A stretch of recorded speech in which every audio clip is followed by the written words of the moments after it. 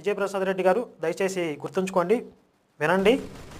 Debate అయిపోయిన మరుసటి రోజు, ఆ తర్వాతి రోజు 2 రోజులు మీటింగులు పెట్టింది మీరే, నేను పెట్టలేదు.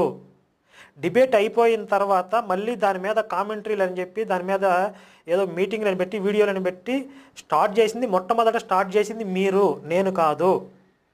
ఆ తర్వాత మీ తమ్ముడు ఎవరో సాయి చందో ఎవరో ఒక అతను, ఆయన కూడా ఫేస్బుక్లో పోస్టులు పెట్టడం, నా వీడియోస్ కట్ చేసి అప్లోడ్ చేయటం, చిన్న చిన్న క్లిప్పులు.